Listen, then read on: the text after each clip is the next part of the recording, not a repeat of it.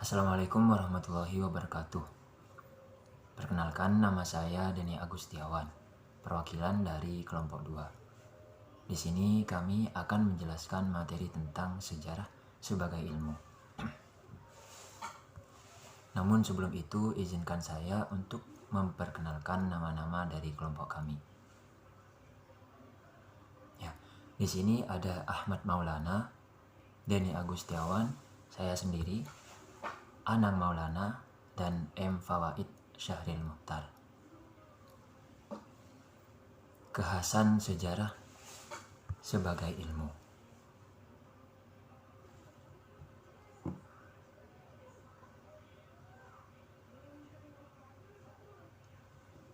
Kekhasan sejarah sebagai ilmu ada 5, yaitu bersifat empiris, mempunyai objek, mempunyai teori, generalisasi, dan metode.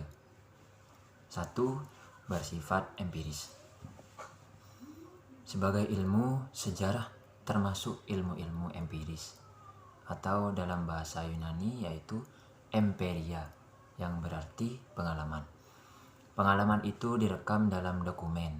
Dokumen-dokumen itulah yang diteliti sejarawan untuk menemukan fakta. Fakta-fakta itulah yang diinterpretasi. Dari interpretasi atas fakta-fakta, barulah muncul tulisan sejarah. Memang sejarah merupakan disiplin ilmu tertua. Mengingat bahan-bahan sejarah dan bahkan karya-karya sejarah itu sendiri merupakan bahan untuk ilmu-ilmu sosial yang lain. Dengan demikian, sejarah merupakan laboratorium kemanusiaan karena sejarah menyediakan bahan-bahan yang sangat kaya bagi seseorang untuk tampil sebagai si bijak yang sebenarnya, baik dalam teori maupun dalam praktek. Meskipun ada perbedaan mendasar dengan ilmu alam atau biologi, sejarah itu sama dengan ilmu-ilmu alam, sama-sama berdasar pengalaman, pengamatan, dan penyerapan. Akan tetapi dalam ilmu-ilmu alam, percobaan itu dapat diulang-ulang. Sementara itu, sejarah tidak bisa mengulang percobaan. Revolusi Indonesia tidak dapat diulang kembali. Sekali terjadi, lenyap ditelan masa lampau. Sejarah hanya meninggalkan dokumen. Beda lain ialah kalau sejarah adalah fakta manusia, sedangkan dalam ilmu-ilmu alam adalah fakta alam. Perbedaan-perbedaan itu tentu saja membawa konsekuensi tersendiri bagi sejarah. Sejarah sering disebut tidak ilmiah hanya karena bukanlah ilmu-ilmu alam. Ternyata cara kerja keduanya sama. Perbedaan antara sejarah dan ilmu-ilmu alam tidak terletak pada cara kerjanya, melainkan pada objeknya. Ilmu-ilmu alam yang mengamati benda-benda tentu saja berbeda dengan sejarah yang mengamati manusia. Beda antara ilmu-ilmu alam dan sejarah seperti perbedaan antara benda dan manusia.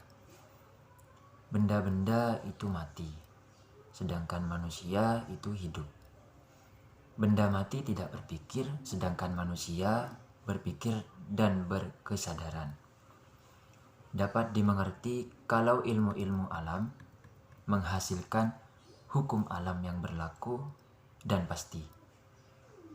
Sejarah menghasilkan generalisasi yang tidak sepasti ilmu-ilmu alam.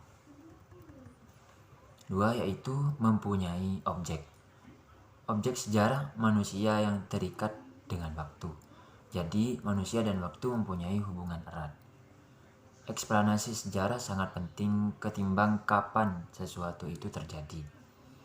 Mengenai lahirnya Pancasila ada beberapa pendapat, tetapi bagi sejarah yang paling penting adalah eksplanasinya. Mengenai tanggal lahirnya Pancasila lebih cenderung menjadi political decision. Mungkin hanya itu saja dari saya, kurang lebihnya mohon maaf. Selanjutnya akan dilanjutkan oleh teman kami. Sekian, terima kasih. Assalamualaikum warahmatullahi taala wabarakatuh. Bismillahirrahmanirrahim. Perkenalkan, nama saya M. Fawaid Syahril Mukhtar. Saya merupakan anggota kelompok 2, di mana saya di sini akan menjelaskan tentang kekhasan sejarah sebagai ilmu. Poin 3. Sejarah mempunyai teori. Seperti ilmu pengetahuan lain, sejarah juga mempunyai teori. Yang dimaksud dengan teori adalah kumpulan tentang kaidah pokok suatu ilmu dalam filsafat. Teori tersebut adalah epistemologi. Alam adalah objek ilmu alam. Masyarakat adalah objek ilmu sosial. Sedangkan manusia dalam waktu tertentu akan menjadi objek sejarah. Apakah beda sejarah dengan mitos? Meskipun keduanya sama-sama mempunyai pengetahuan tentang waktu, tetapi jelas sejarah perlu mempunyai penjelasan tentang waktu. Sedangkan mitos tidak menjelaskan kapan sesuatu itu terjadi. Bahkan sejarah lebih renik lagi, yakni bagaimana penjelasan sejarah, caranya, dan sebagainya. Teori sejarah diajarkan sesuai dengan kehidupan budaya di suatu bangsa. Di Eropa, teori sejarah yang bersifat filosofis diajarkan di universitas. Sebaliknya di Amerika, yang memiliki budaya pragmatis tidak mengajarkan teori-teori sejarah yang bersifat filosofis. Untuk poin yang keempat yaitu sejarah mempunyai generalisasi. Sejarah tak berbeda dengan ilmu yang lain. Mereka mempunyai kesimpulan umum, yang mana sejarah bersifat ideografis, sedangkan ilmu alam bersifat nomotesis. Ilmu lain dapat melakukan generalisasi yang dianggap kebenaran yang berlaku umum. Generalisasi biasanya membuat koreksi terhadap generalisasi yang lain. Menurut pemerintah Belanda, revolusi Indonesia dilakukan oleh para kaum ekstremis, tetapi kenyataannya dilakukan oleh para. Untuk poin yang selanjutnya yaitu poin yang kelima, sejarah mempunyai metode. Dalam melakukan penelitian, sejarah mempunyai metode, yang mana sebuah pernyataan harus didasari oleh adanya bukti. Kalau tidak ada bukti, ya tidak sah. Metode sejarah menuntun kita agar tidak mudah dalam mengambil sebuah kesimpulan tanpa adanya sebuah penelitian yang lebih cermat. Misalnya pada penjajahan di Indonesia yang berlangsung 350 tahun. Baik, sekian yang dapat saya sampaikan. Kurang lebihnya mohon maaf.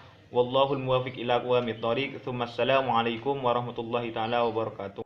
Assalamualaikum warahmatullahi wabarakatuh. Perkenalkan, nama saya Namulana. Saya absen 7.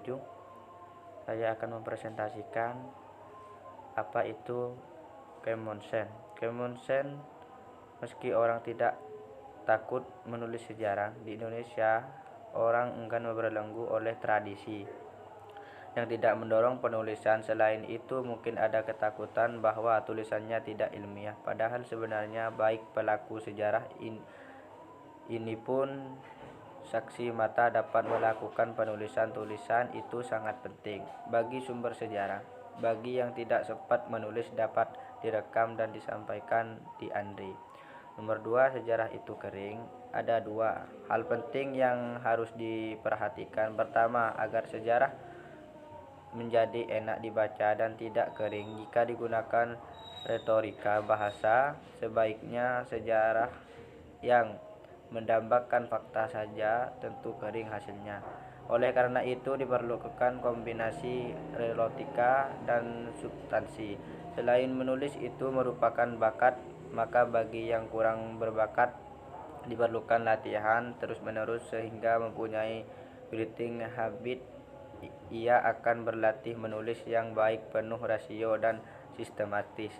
Tulis sejarah itu berkembang-kembang tetapi lebih memfokuskan posisinya. Sejarah kuantitatif tentu diperkuat dengan angka-angka, namun semuanya pulang pada truth. Bahasa sejarah lugas, asal tata bahasanya benar, kalimatnya runtut dan sebab akibatnya logis. Mungkin hanya itu yang bisa saya sampaikan, kurang lebihnya mohon maaf. Assalamualaikum warahmatullahi wabarakatuh.